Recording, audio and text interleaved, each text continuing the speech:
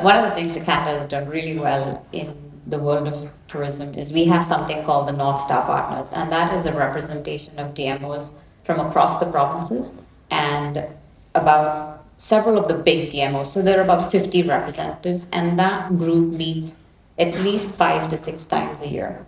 In a very organized, there's a methodology, there's an agenda, they bring their priorities together. So it's very, and I would say in the last couple of them, we've come up with 7 specific priorities that we're going to work on. So there's so many things, so many headwinds, but these are the 7.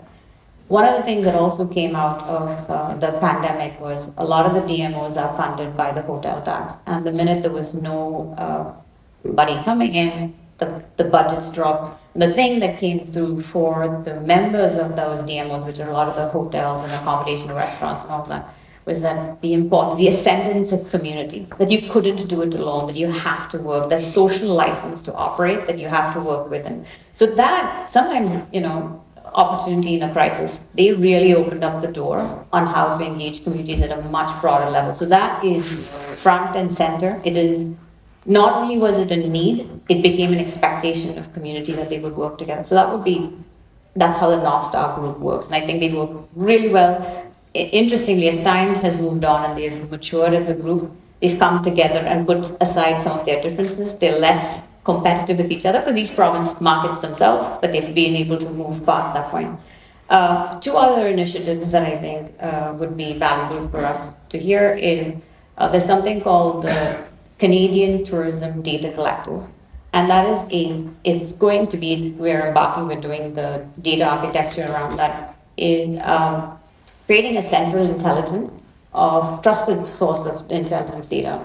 And the goal is at some point in time, it will be able to absorb data from the community, but also be able to push. So it becomes an interface. It goes back and forth rather than, preaching, but it's also being absorbed. So that would be another one. And the third one, which my business unit is leading, which is very exciting as well, is a GIS map for the entire country, to layer all the data layers that we have, green, gray, orange assets across the country. What is the infrastructure?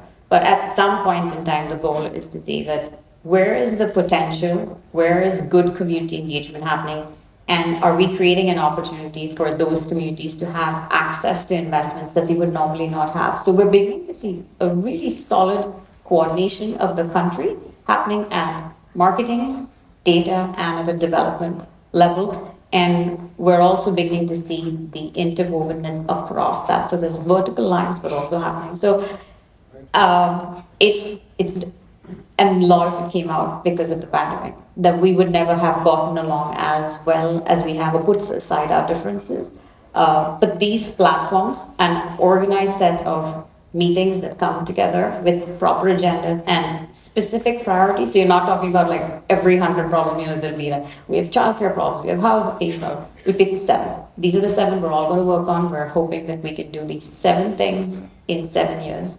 So 2030 is the plan, and those are the things we're working on. So it's like revenue, brand resonance, investment, sustainability, social license to operate. So they're very specific, and we're going to have groups. We're going to bring people from not just the DMOs, but there are people going to be the hotel sector, the investment sector, the community sector, elected officials. So we elect the people. These are the people who speak to us. So just broadening the stakeholder engagement.